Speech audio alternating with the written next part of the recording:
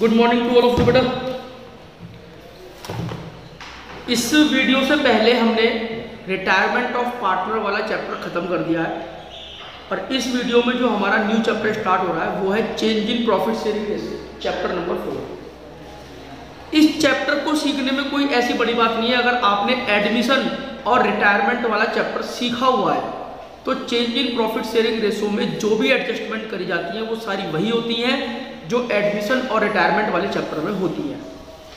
आप सोच के देखो, एडमिशन वाले चैप्टर में क्या होता है, उसमें एक पार्टनर नया फर्म में आ रहा होता है। रिटायरमेंट में क्या होता है, पार्टनर फर्म छोड़ के जा रहा होता है। एडमिशन और रिटायरमेंट दोनों में ही जो पार्टनर्स की रिलेशनशिप है उसमें कुछ ना कुछ चेंज आ रहा है। किसकी वजह से? प्रॉफिट शेयरिंग की वजह से। जैसे कि मान लो एडमिशन वाला चैप्टर है, दो पार्टनर है ए और बी, फर्म को 150 रुपये का प्रॉफिट होता है तो ए को और बी को कितना मिलता है? 75 और 75। लेकिन वही अगर मान लो सी एक नया पार्टनर फर्म के अंदर आ रहा है तो अब उस पार्टनर को भी प्रॉफिट मिलेगा। फर्म को प्रॉफिट तो 150 के ही हो रहे हैं, अब कितना मिलेगा? 50, 50 और 50। तो ए को और बी को 25-25 रुपये का नुकसान होगा और सी को 50 रुपये का क्या होगा? फायदा। तो इसका मतलब क्या हुआ कि एडमिशन वाले चैप्टर में जो इनकमिंग पार्टनर है, आने वाला जो पार्टनर है, न्यू पार्टनर, वो कौन है? Gaining partner. उसको गेन हो रहा है प्रॉफिट में। और जो ए और बी है वो अपने प्रॉफिट में से कुछ ना कुछ क्या कर रहे हैं? सैक्रिफाइस कर रहे हैं। सेम में आप रिटायरमेंट वाले चैप्टर में सोच के देखो, रिटायरमेंट में ए बी सी 3 पार्टनर है, उनको तीनों को 50-50 रुपये का प्रॉफिट मिलता है। अब वहीं अगर मान लो सी ये डिसाइड करता है कि मेरे को फर्म छोड़नी है तो सी जब फर्म छोड़ के जाएगा तो उसके हिस्से के जो 50 रुपये हैं वो किसको मिलेंगे? ए को और बी को मिल जाएंगे। मान लो 25-25 रुपये ए को और बी को मिले। तो अब यहाँ पर सोच के देखो कि यहाँ पर जो जाने वाला पार्टनर है, आउटगोइंग पार्टनर यानी कि सी, जिसको हम रिटायरिंग पार्टनर कह रहे हैं, उसको क्या हो रहा है? वो अपना प्रॉफिट छोड़ के जा रहा है, मतलब वो सैक्रिफाइस करके जा रहा है। और ए और बी यहाँ पर कौन हो रहे हैं? गेनिंग पार्टनर हो रहे हैं। एडमिशन से बिल्कुल उल्टा होता है। एडमिशन में जो पुराने पार्टनर है वो कौन होते हैं? सैक्रिफाइसिंग। नया पार्टनर गेनिंग होता है। और रिटायरमेंट में क्या होता है? जो जाने वाले पार्टनर होते हैं वो कौन होते हैं वहां पर?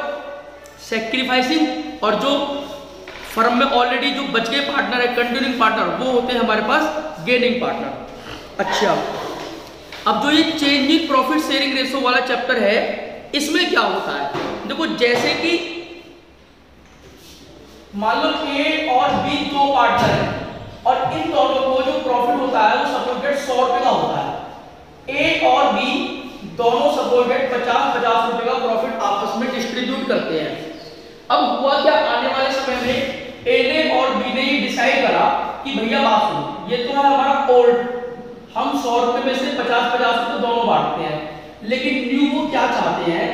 वो चाहते हैं ए और बी आपस में कि अब ए तुम लोगे 60 रुपए और बी तुम लोगे 40 रुपए। कुछ भी वजह हो सकती है। ए कह सकता है बी से कि साहब बिजनेस को प्रॉफिट ही नहीं, और वो क्या नाम है, तुम बिजनेस को उतना समय नहीं देते, और जबकि प्रॉफिट दोनों को आधे आधे बढ़ते हैं। तो आप एक काम करो भैया, तुम कम लेने शुरू कर दो बी और मुझे ज़्यादा देना शुरू करो। क्यों बी क्यों कम लेगा? क्योंकि बी टाइम नहीं देता फर्म को।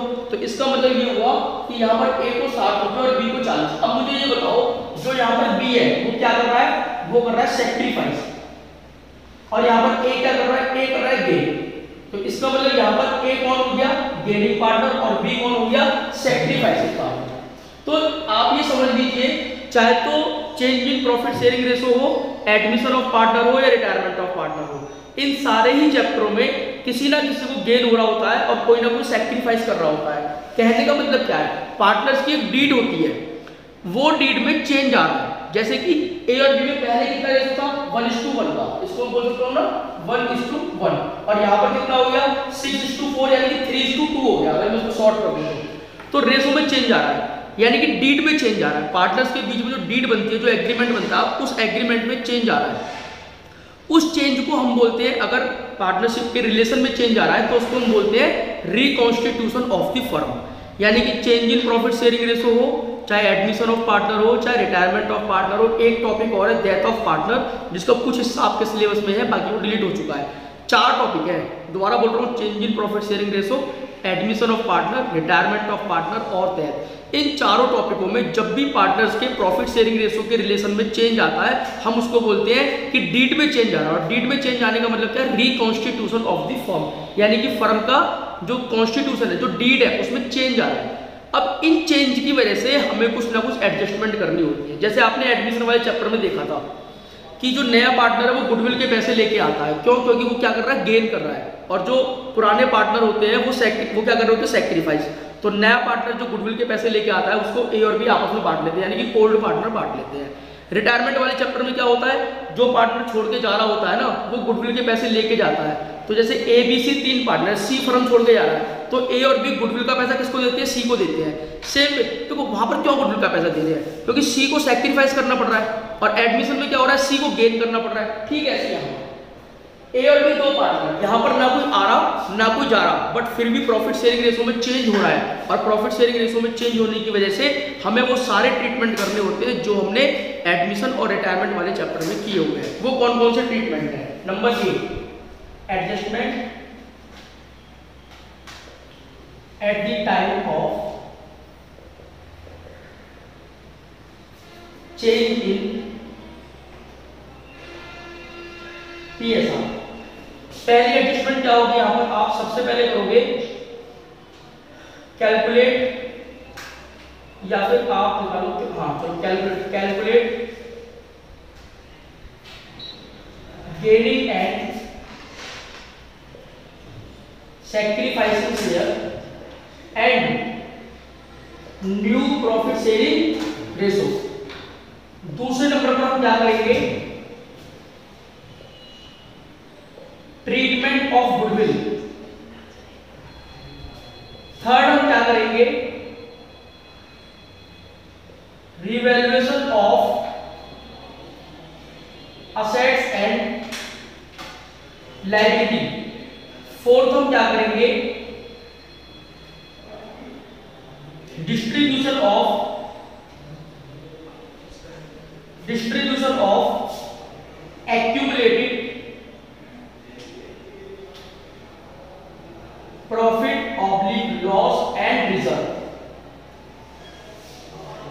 इसके बाद में हम बनाएंगे क्या?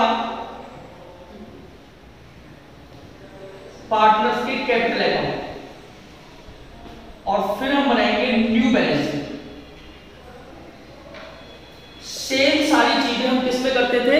सेम सारी चीजें हम एडमिशन और रिटायरमेंट वाले चैप्टर में भी करते थे। बस दो जगह फर्क आएगा बेटा, एक तो ये गेनिंग सैक्रिफाइसिंग और एक ट्रीटमेंट ऑफ गुडविल। बाकी ये जितने भी ट्रीटमेंट है ये बिल्कुल डिट्टो होते हैं, एकदम सेम टू सेम किसी भी चैप्टर में। ठीक है ना? तो अब जो मैं आपसे बात करने वाला हूँ वो बात करने वाला हूँ कि how we calculate gaining and sacrificing share. तो उसका एक फॉर्मूला है, पहले वो फॉर्मूला हम लिख लेते हैं। देखो जैसे हमने यहाँ पर भी लिया था एग्जाम्पल, तो दोबारा देखो, ए और बी दो पार्टनर 1:1 का रेशियो है। फर्म को प्रॉफिट कितने रुपए का हो रहा है? 100 रुपए का। तो ए को और बी को कितने मिलेंगे? ए को मिलेंगे 50, बी को मिलेंगे 50। अच्छा, ये तो सिचुएशन होगी ओल्ड। अब इन्होंने न्यू क्या डिसाइड करा? ए और बी दो पार्टनर हैं, इन्होंने रेशियो डिसाइड करा 3:2 का, और प्रॉफिट फर्म को अब भी कितने रुपए के हो रहे हैं? अब भी 100 रुपए के हो रहे हैं। तो अब देखो ए को कितने मिलेंगे और बी को कितने मिलेंगे? अब ए को मिलेंगे 60 रुपए और बी को मिलेंगे 40। कैसे निकाले हमने? ये 100 रुपए को हमने 3:2 के रेशियो में बांटा, 3/5 और 100 रुपए इंटू 2/5। इसको हम क्या बोलेंगे? 3/5 और 2/5। इसको ऐसे बोला जाएगा, यानी कि 5 रुपए में से ए को कितने मिलते हैं? 3 रुपए, और 5 रुपए से बी को कितने मिलते हैं? 2 रुपए। तो 100 रुपए का अगर प्रॉफिट होगा तो ए को मिलेंगे 60 रुपए और बी को मिलेंगे 40 रुपए। अब इसमें क्या कहानी है आप चेक करो। ए को पहले कितने मिलते थे? 50 रुपए, अब कितने मिलेंगे? 60 रुपए। तो यानी कि ए का क्या आ गया यहाँ पर? गेन आ गया 10 रुपए का। और बी का चेक करो, बी को पहले कितने मिलते थे? 50, अब कितने मिलेंगे? 40। तो बी को क्या करना पड़ रहा है? सैक्रिफाइस करना पड़ रहा है। कितने रुपए का? 10 रुपए का। तो एक फॉर्मूला आपका यहाँ डेवलप हो जाता है। फॉर्मूला क्या बनता है? गेनिंग एंड सैक्रिफाइसिंग शेयर निकालने का फॉर्मूला क्या बनता है? आप इसको बना लो, new share minus old share, A का और बी का। देखो ए का न्यू कितना है? 60 रुपए, और ओल्ड कितना है 50 रुपए, बी का न्यू कितना है 40 और ओल्ड कितना है 50। तो ये तो प्लस क्या है यहाँ पर 10 रुपए, इसको हम बोलेंगे गेन, क्योंकि 50 से 60 हुए तो ए को क्या हो रहा है गेन हो रहा है, और ये क्या है कि ये माइनस का है, इसको हम बोलेंगे सेक्रीफाइस। अब इसी चीज को मैथमेटिकल टर्म्स में जब बोलते हैं वो थोड़ा डिफरेंट लगता है। कुल मिलाकर के बात ये है, इसको पहले 50 मिलते थे, 60 मिल रहे हैं, 10 का गेन हो गया, इसको पहले 50 मिलते थे, अब 40 मिल रहे हैं, इसको सेक्रीफाइस करना पड़ रहा है। और गुडविल का ट्रीटमेंट पता है हम क्यों निकालते हैं, इसको हम क्यों निकालते हैं गेनिंग सैक्रिफाइसिंग रेशो को, ताकि गुडविल का ट्रीटमेंट करना पड़े हमको। गुडविल के ट्रीटमेंट की वजह से ही हमको गेनिंग और सैक्रिफाइसिंग शेयर निकालना पड़ता है, अदरवाइज तो उसकी कोई नीड ही नहीं है हमारे पास, ठीक है ना। बाकी सारी चीजें हम ओल्ड रेशो में करते हैं, जैसे रिवैल्यूएशन है, ये सारी चीजें रिवैल्यूएशन, डिस्ट्रीब्यूशन, ये सारी चीजें किसमें करते हैं ओल्ड रेशो में, लेकिन जो गुडविल का ट्रीटमेंट है वो किसमें करते हैं गेनिंग एंड सैक्रिफाइसिंग रेशो में। इसके कुछ क्वेश्चन दे रखे हैं आपको, 4 क्वेश्चन है, इजी क्वेश्चन है, मैं आपके साथ डिस्कस कर लेता हूँ एक दो क्वेश्चन इसी वीडियो में देख जाने के साथ। तो ये नोट करना पहले आपको अपनी कॉपी में, और ये एग्जांपल चाहो तो नोट कर लेना, नहीं तो कोई नीड नहीं है इसकी। देखो क्वेश्चन नंबर 1 करते हैं।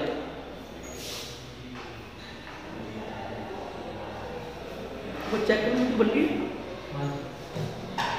देखो जरा, बड़ा सिंपली लिखा हुआ है, page number 4.39, question number 1, page number 4.39, question number 1। ए और बी दो पार्टनर है, इक्वल इक्वल रेशो है, देखो जरा, ए और बी दो पार्टनर है, 1:1 का रेशो है। ये जो रेशो है ये कौन सा ओल्ड है, ओल्ड रेशो, और विद इफेक्ट फ्रॉम 1 अप्रैल 2020 से ये अपना रेशो चेंज कर रहे हैं। They agree to share profit ratio in 4:3।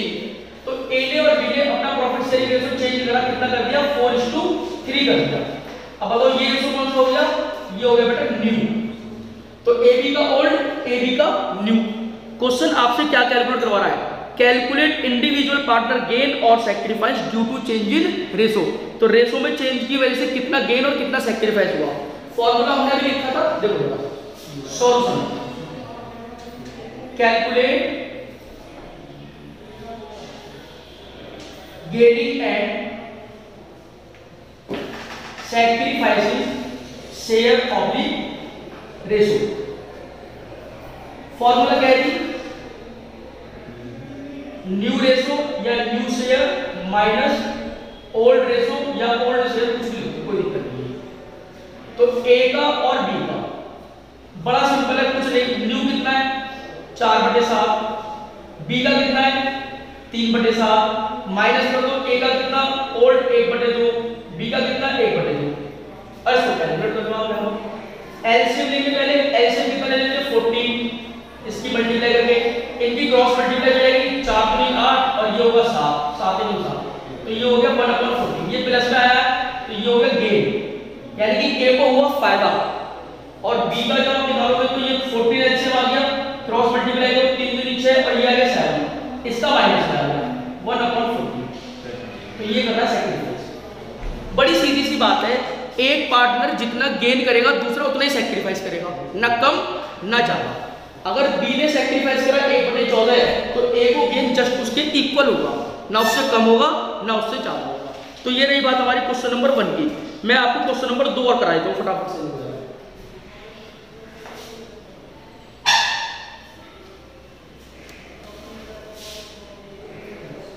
Question number 2, X Y Z 3 partner है, 5:3:2 का रेशो है। एक्स वाई जेड 5:3:2 का रेशो है। इस रेशो को कौन सा रेशो बोलेंगे, ओल्ड रेशो। और इसके बाद वो कह रहे हैं साहब decide to share profit and loss ratio in the 5:3। तो इन्होंने जो डिसाइड करा वो कितना 5, 2 और 3। ये क्या हो गया इनका, ये हो गया इनका न्यू, ठीक है जी। तो कहने का मतलब क्या है, कह रहे हैं जी गेनिंग सैक्रिफाइसिंग निकाल रहा हूं। देखो अगर मैं इसको ऐसे बोल सकता हूं ना 5, 3, 8 और 10, एक्स को कितने मिलते हैं 5/10, वाई को कितने मिलते हैं 3/10, जेड को कितने मिलते हैं 2/10, यानी कि 10 रुपए में से इसको मिलते हैं 5, इसको मिलते हैं 3, इसको मिलते हैं 2।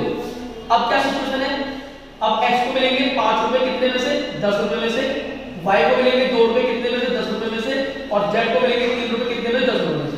देखो एक्स x में तो कोई चेंज आ ही नहीं रहा, x को पहले 5 मिल रहे थे, अभी 5 मिल रहे हैं, तो करके देखते हैं इसको। Calculate gaining and sacrificing share. Formula क्या, new ratio minus old ratio X Y Z. New कितना है जी, न्यू है 5/10 और इसका ओल्ड भी कितना है 5/10, इसका है 2/10 और इसका ओल्ड कितना है 3/10। जेड का न्यू कितना है 3/10 और ओल्ड कितना है 2/10। तो यहां तो देखो कुछ हुआ ही नहीं, ये तो हो गया नहीं। यहां पर आपको कितना आ गया 1/10, क्या आ गया ये हमारा माइनस का है सैक्रिफाइस, और इसका प्लस में आया 1/10, तो ये हो गया गेन।